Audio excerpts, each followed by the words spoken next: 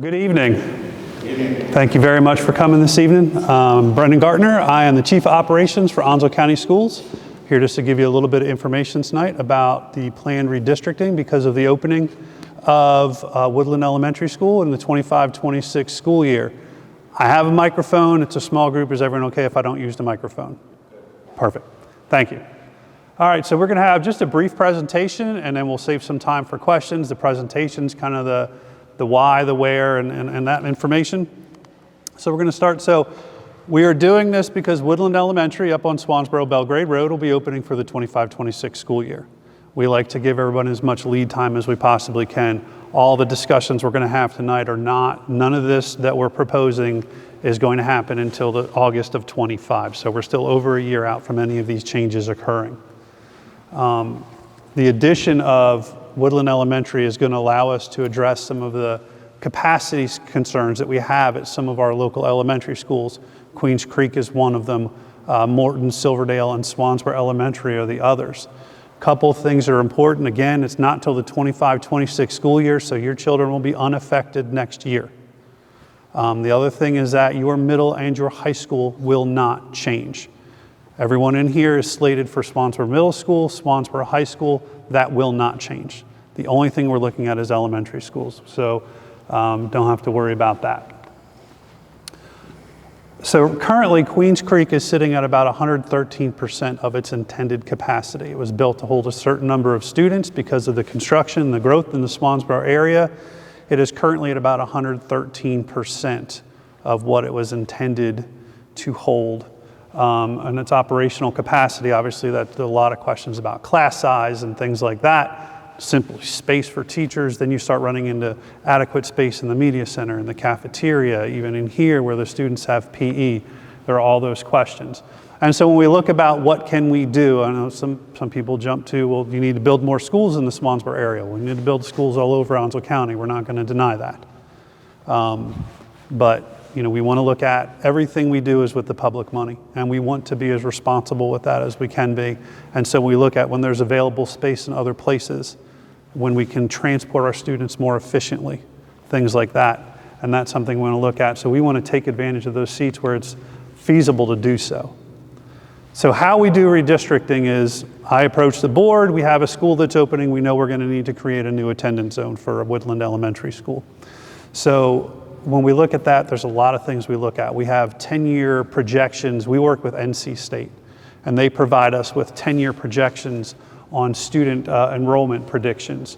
Local growth data, we work with the county, the planners, and all that. We know where the houses are going up. There's a lot of construction going up down to Queens Creek. There's a lot of construction in Sneads Ferry. There's a lot of construction off of Rocky Run Road. So they're continuing to build.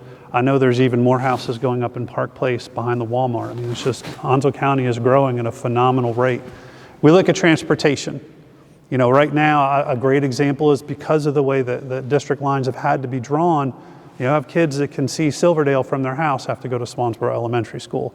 That's because Silverdale is pulling all the way from up by Maysville off of White Oak River Road. So huge tract of land. So we're trying to adjust some of those things to make travel times more efficient. And we look at the capacity of the building itself. Other things we look at, has a district been redistricted recently?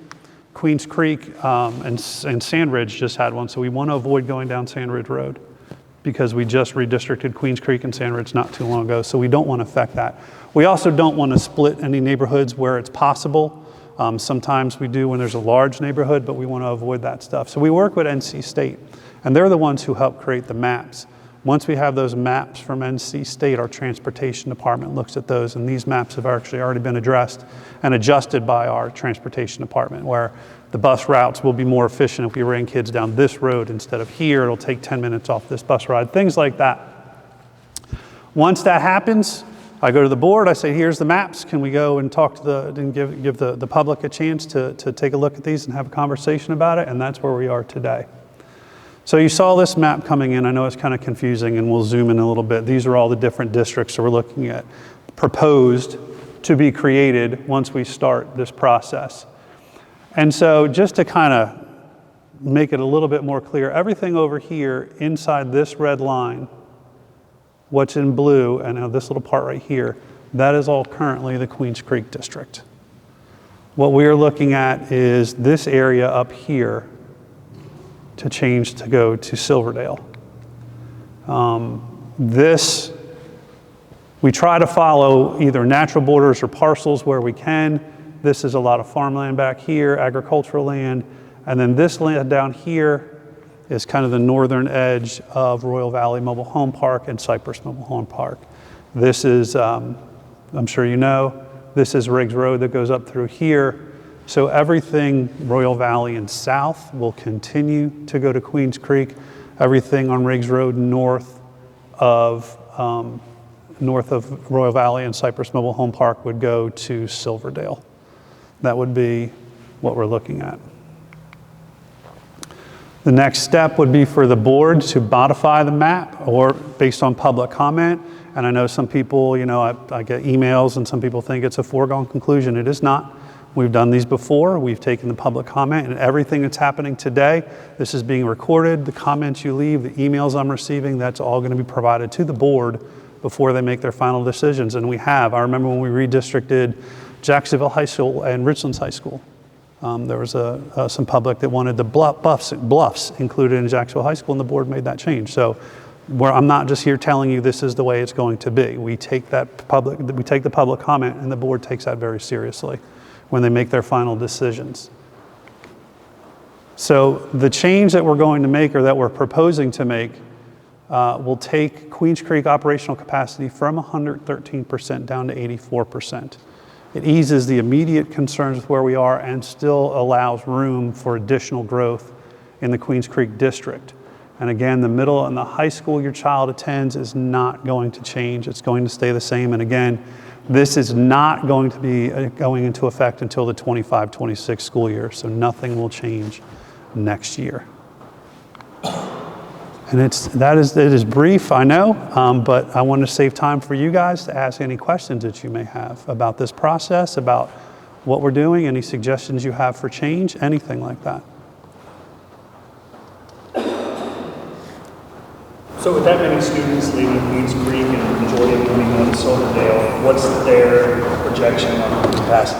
Great question. So Silverdale right now is actually one of our most overcapacity schools. And with these changes, right now they're at 122% capacity.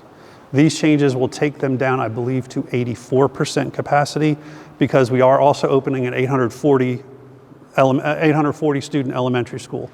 So that's going to take so that will open at about 82% of capacity. So they're going to have about 700 kids coming into there. So it's going to allow us to take those and kind of spread them out a little bit.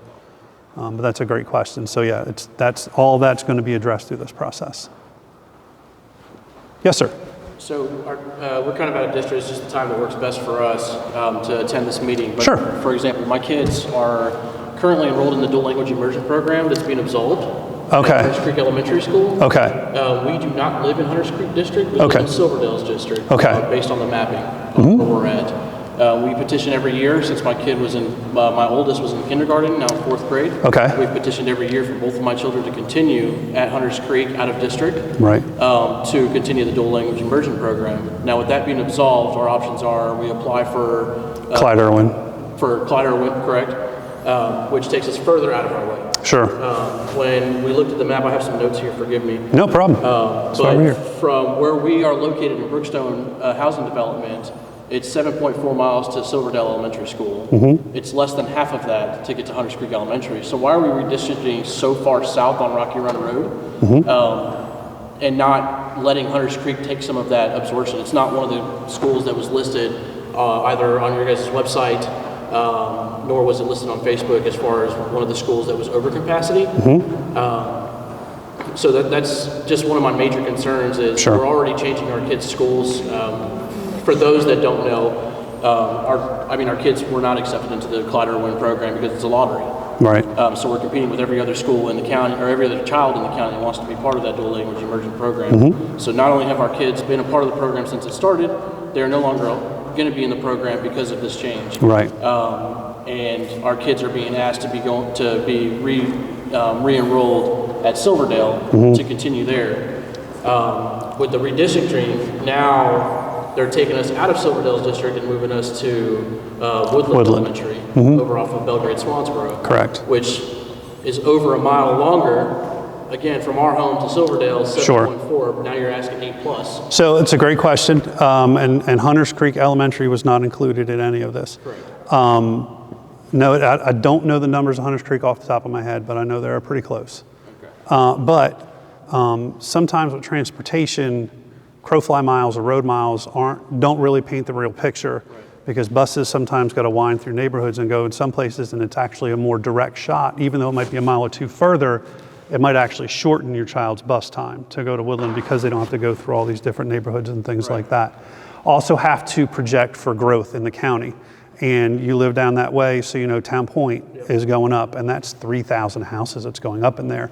So we have to allow for that kind of. Town Point isn't part of the new district. Right. It's still part of. Town Point is going to be part of Woodland. Okay. Town Point is part of Town Point is going to be, so Rocky Run kind of splits Town Point in kind of a northern half and a southern half. And the northern half of that's going to go to Woodland, and the southern half of that's going to go to Silverdale. So everything back in New Hanover Trail of Town Point is going to be going to where? Silverdale? I have to look at the map. I wasn't really asked for her to talk tonight about Silver because I don't have the map up. We can, after we're done, we'll go to my other presentation and we can take a look and we can show you where we're That's at. not a problem. So this really is a big concern for us for our daughter, because that gives her 3 elementary schools in her elementary career. So where will she be? So next year, she's currently at Hunters Creek. And what Next grade? Year, she's in 1st grade. Okay. Next year, 2nd grade, she'll be at Silverdale. Due to the redistricting, she'll be at Woodland for 3rd grade. Okay, So that's our biggest problem. So I mean, if you guys have a solution as far as I do. just, So one thing you can do is you can apply to go to an out-of-district school. is there wording that we should, because our exemption has always been the dual language. We've always put in, they're both in dual language. Right. So is there better wording or better chances of us getting into Hunters Creek if we explain this situation, or do you have any? Yes, I mean, that's what I would do. And when we talk after the meeting, I can show you that website and where you go, and you can apply to remain at your current school. That's a process we have that goes on every year. Yeah, yeah. And that beyond the dual language immersion, I think it's probably the same process. It is. Just a different, it's just a different, reason. yeah. So my concern, one of my, I guess, questions, concerns is I specifically bought my house because of the schools. I knew I could be in my home off of Riggs Road in Gilcrest and still be with Queens Creek, and then Swansboro Middle, and then Swansboro High School. I was able to save a little bit of money when I bought my house that way, rather than buying a house closer in Swansboro. Sure. The same house, but pay more. My concern is my kids have been here since kindergarten. And so by the time my son's going to middle school this year, but by the time my daughter gets to the new rezoning, it's going to be 4th grade. Okay. I feel like that's a little, 3rd grade, okay, maybe we could like work it out, but I think that's going to be hard on kids. Sure. And she's been here with like all her friends, all the staff, same staff, and then all of a sudden in 4th grade she's got to go somewhere new, where maybe some of her friends are going to also be in that zone, but maybe not. But they don't have a choice. Like they should have some kind of choice. Like, isn't there like a grandfather? I don't know, like something where That's they're responsible. And I know that not everybody can do it, but like I could sign up, like I can get my daughter to school. I can pick her up. and I think I probably emailed you. I think we might have spoke, through email. We might have had a conversation. No. Not you? Okay. Just if someone off of Gilcrest, so it might have been somebody else. And it's something I know. It's something we're very cognizant of. We know it's difficult, especially we live in a military town, so we know that these are kids who have changed schools probably once, maybe twice before, if not more. And I certainly sympathize with that. My wife was a military child. I went to 5 different elementary schools, so I know it's difficult for kids. And it's something that we take very seriously. And that's why we want to give people plenty of lead time to make that adjustment. Now, they have made concessions in the past with the board, but typically that has been with the oldest grade level at the school. So if you're going to be a 5th grader, we're not going to move you. You can stay at 5th grade. If you're good, like we just did Dixon and Southwest high schools, if you're going to be a senior, you can stay. You know, you can graduate as a Bulldog. But at some point, when you keep going back and letting more and more and more, it kind of ruins the purpose of easing the capacity concerns at a school that's as overcrowded as Queens Creek is. And so there are avenues, like I just discussed with this gentleman, that you can apply to have your kids remain if you can provide transportation. I can't guarantee what the answer on that is going to be, but I know there is an avenue for you to make that appeal to remain where you are. What about, like, I'm a sub too. I just became a sub. This is the school I sub at because my kids are here. It's convenient. I don't know. That would be something, of course, when you did make the application to have your students remain at Queens Creek, that would be something to include on that application. Are you guys taking staff from the current schools to supplement Woodland, or? So there's going to have to be some new hires because we're going to open a new school. You're going to have all those new grade levels. We're going to need some new teachers, but they do have the opportunity. Staff may want to transfer, and so whoever is the principal for that school, and that won't be decided for a little while now, will be able to make those hiring decisions on their own. They'll be able to take some transfers from around the county. They'll be able to take some new hires. So it'll be a combination of both. I mean, this is Onslow County, like we just mentioned, it's military, it's transitional kind of area. It's very transient. So we hire new teachers all the time because we have, teachers leaving because military spouses and things like that. Did they do predictions with that too, with like so many years? Like, what have the numbers been with military coming in and out? It's interesting. That's a great question. And now, when you mean the county or just the school system? Well, I guess just for these purposes. Yeah, for these purposes, we work with NC State, and they take all that into account, and their numbers have been phenomenally accurate. Their algorithms are proprietary, and I don't know all the formulas and all that they use, but they have been very, very accurate. We've been very, very pleased with our work with NC State. Usually they're within, 50 or 60 kids typically. I think we do, one, I want to acknowledge you for taking these questions, but two, also understanding that, a lot of people here, we're blue collar workers, you know what I mean? And that's what our county's built on. That's what, military and all that, Sure. all that stuff. I'm a vet myself. So we're used to making that adaptation to change and having to, adjust fire and move around, things of that sort. But I think the biggest concern that I'm hearing from other comments that I've heard around the county and whatnot, sitting in a GOP meeting and things of that sort, is what are we going to do about transportation? That's always a big question. With my kids, be having to go to Clyde Irwin if they were accepted to the DLI program there was not going to be a transportation option. We would have to drive from Brookstone to Clyde Irwin. No, There's a hub for the magnet schools. Okay. You'd have to get them to that transportation hub. Correct. Right. And that was one of the benefits to, I guess, my kids going to Silverdale, they would have the bus. Correct. Is that going to change at all as far as transportation times? I know you're taking into account traffic, traffic congestion and things of that sort. So I just wanted to, say that piece and make sure that we're understanding, we're taking into account that, we have two working parents here in this home, and now they're having to transport their own kid to keep them in the same school district is. So we don't have, other than the magnet schools where we do have the hubs, where we have Clyde Irwin and we have Northwoods Elementary in Newbridge, there is not school transportation outside of your district. So if you were to say, live here in Swansboro, but for whatever reason you wanted your kid to go to White Oak, they'd have to get them themselves because we just don't have a bus that runs between the two. But as we said, before I even take these maps or these decisions to the board, the first thing I do is our transportation looks at it.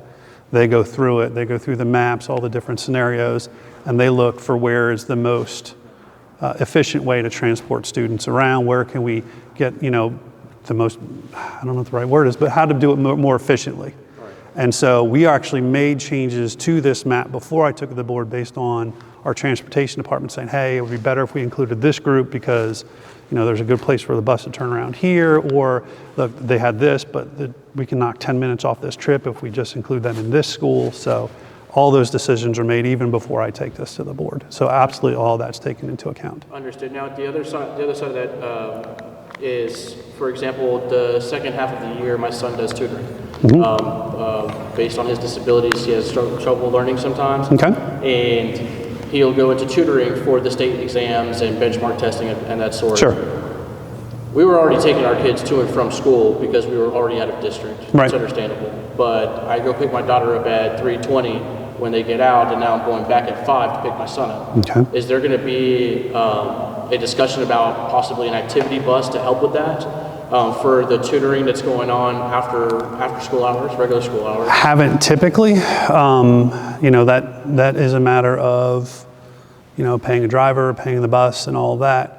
We have not typically. Now there are programs, middle school transition programs and things like that, where the school will use some kind of grant funds or something like that to have transportation. But generally for tutoring, any after-school programs, there's generally not an activity bus to run students back and forth. That's not typical. Are you guys expecting Woodland Elementary School to be some kind of magnet school to where it would draw in more people than? No, I mean, it's going to be up to the principal. They may do something like Silverdale, which does the 7 habits of, the 7 habits, or we used to have lighthouse schools and things like that. So the theming of it's going to be up to the principal about what kind of their focus is going to But be. you guys aren't expecting it to? No, it won't be a magnet school. No, it's going to open as just a regular school. Were you my student? I thought so. I used to teach. Now, the other question is, we're looking at the map, how far it goes up to White Oak River Road and whatnot. I see we're kind of brushing that line between Onslow County and Jones County. Is that going to be a concern at all? No, so what's up there now, and I'll go back to what you were talking about. So you're talking about, up here? That's already that's already Silverdale's district. Okay. And what you're looking at here, all this white is Hoffman Forest. Right. So that's what's in purple right now is going to be Woodland. Proposed all of this, but this is currently all Silverdale. So these kids are coming all the way up from White Oak River Road and coming down to Silverdale. So yeah, no, that won't be a problem at all. We already have designated routes out there and everything. When are you expecting to have the final after you guys have all this? Well, after I get all the public comment, I'm going to share this with the board, and we will the next board meeting, and that's going to be May 7th, I believe. It's going to be your monthly, because I see you the regular monthly. Board meeting on the 1st. The first is that's the capital budget meeting. The next regular meeting is I'll take this to the board and I'll provide them with all the public comment and everything beforehand, so they can make those decisions in open session. So fairly soon, we would still have. Oh yes, ma'am, absolutely. Is there a possibility of this changing due to? Yeah, absolutely. Like I said, I know we did Jacksonville and Richlands High School not long ago, and the board made changes to that map after hearing public comment and what they thought was going to be best for our community. Absolutely. None of this is set in stone. Do you know what Morton sits at currently, capacity-wise? Morton is at 102% capacity right now, and this redistricting will take them down to 77.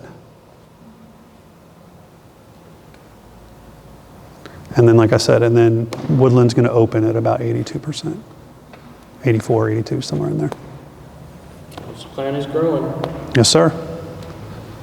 Yes, ma'am. Is Woodland going to feed into White Oak? Yes. Or will Swansboro School System? Woodland will feed into Hunters Creek and then White Oak.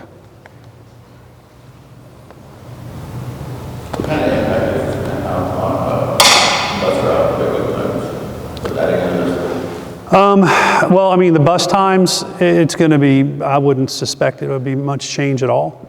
You might have some that don't pick up quite as early because they don't have as far to go. You don't have to, a great example is going to be, in here where Swansboro Elementary, you've got people that literally 50 yards from Silverdale Elementary. Well, now they'll be able to go to Silverdale. They won't have to go all the way down to Swansboro. So now as we get closer, specifics as far as bus routes will be coming out. We're not looking at those specific and working through the computer programs and all of that right now. But again, part of this is making travel time more efficient for our students. So do they have the bus drivers Well, this isn't going to add new students, so we'll be able to split bus drivers. I mean, there's already a bus driver shortage. We're already short of bus drivers, but it's not going to compound that problem because we'll be able to take some bus drivers from this school, some bus routes from that school, and just move them over to Woodland. So it's not going to create a greater problem because they're still going to be moving the same number of students, just an additional site.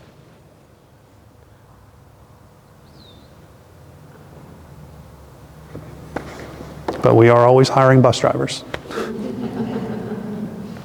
I guess this one's more specific to Silverdale, just because Sure. I know here they have a lot of events, a lot of fun things that the kids get involved in. I guess I'm just completely unfamiliar with what they have there and what they offer. I know that it's, at least it's my understanding, it's a smaller school, I thought anyway, and I'm not sure if they have the same capacity to hold those events.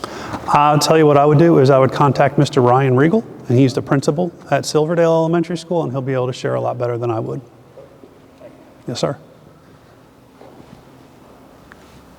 All right, well, if there's no other questions, this email is up. If you have anything you think of later and you want to add, please feel free to email at this address. There's a hyperlink to it on our webpage as well.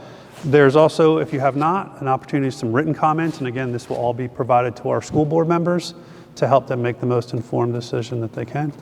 And thank you very much for coming this evening. Greatly appreciate it. Brittany, it was great to see you.